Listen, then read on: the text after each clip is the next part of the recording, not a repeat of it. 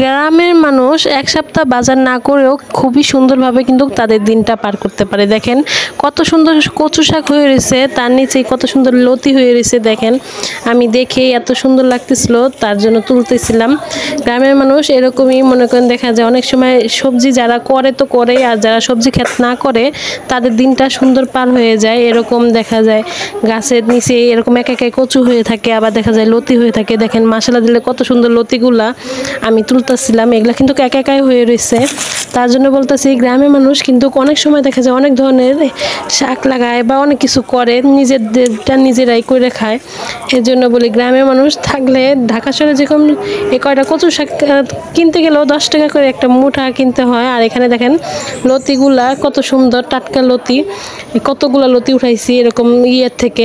একা একাই কচু শাকগুলা কিন্তু ক্ষয়ে রয়েছে। তার জন্য বলি গ্রামের মানুষ তাদের দিনকাল খুবই সুন্দরভাবে কিন্তু পার হয়ে যায়, সবজি না কিনে খেলেও। এখান দেখেন গাছের মধ্যে কত সুন্দর মরিচ হয়ে রয়েছে, টাটকা মরিচ। এখান থেকে কিছুটা মরিচ ছিড়বো আমি লতির মধ্যে দেওয়ার জন্য। এখানে অনেকগুলো লতি আমি তুলছি পিছনের থেকে, ভাবলাম এখান থেকে কিছু গাছের থেকে মরিচ ছিঁড়ে নেই, এখান থেকে নিয়ে মরিচগুলো নিয়ে সুন্দর রান্না করবো লতি দিয়ে। টাটকা এমন গাছের থেকে হয়ে গেলে ভালোই লাগে তুলতে। আর এখানে দেখেন কত সুন্দর জাম্বুরা হয়ে রয়েছে, গাছের জাম্বুরা মশলা দিলে কত সুন্দর টাটকা। দেখেন সব কিছুই কত সুন্দর ফ্রেশ, কি সুন্দর, এগুলা দেখতেও কিন্তু অনেকটাই ভালো লাগে।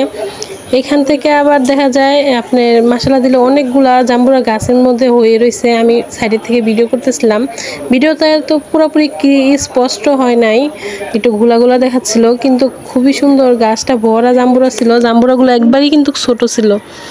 তারপর এদিক দিয়ে দেখেন কত সুন্দর এলোভেরা গাছ হয়ে রয়েছে, এলোভেরা গাছগুলো কিন্তু কত মোটা হয়েছে। আর আমরা বাসায় এলোভেরা গাছ লাগাইলে সেরকম হয় না, আর এখানে দেখেন মশলা দিলে কত সুন্দর এলোভেরা গাছটি হয়ে রয়েছে, দেখতে খুবই সুন্দর। গাছের থেকে একটা পেঁপে পেরে আনছিলাম, এখন ভাবতেছি পেঁপে ডাকাইটা সবাইকে দেই। পাকা কি সুন্দর, ভিতরে একবারে টকটকা পাকা।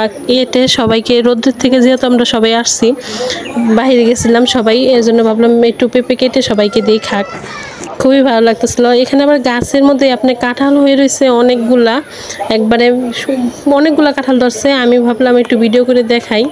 নিচেও দেখেন একবারে নিচের থেকে কাঁঠাল ধরছে, আর এখানে একটা কাঁঠাল একটু পাকার মতো প্রায় হয়ে গেছিলো। আমি ভাবতেছিলাম যে একটু দেখি টুকে যে পাকছে কিনা। একবারে নিচের থেকে কাঁঠালটা শুরু হয়েছে, মাশাআল্লাহ দিলে অনেকগুলা কাঁঠাল হয়েছে। এখানে আবার জাম্বুরাটা আবার দেখাচ্ছিলাম, জাম্বুরাগুলো আমার খুবই ভালো লাগতেছিল দেখে, একবারে নিচে হয়ে রয়েছে, হাতের উপরে ধরা যায়, হাত দিয়েই দেখা যাচ্ছে ধরতেছিলাম, কি সুন্দর, আমার খুব ভালো লাগতেছিল এরকম হাতে ধরার কারণে। বিকাল টাইমে ঘুরতে আসছিলাম, এখানে আপনি নদীর পার ছিল আমাদের বাসার কাছেই। বিকাল টাইমে সবাই একটু নদীর পাড়ে ঘুরতে যেতেছিলাম, সেই ভিডিওটা করলাম রাস্তার।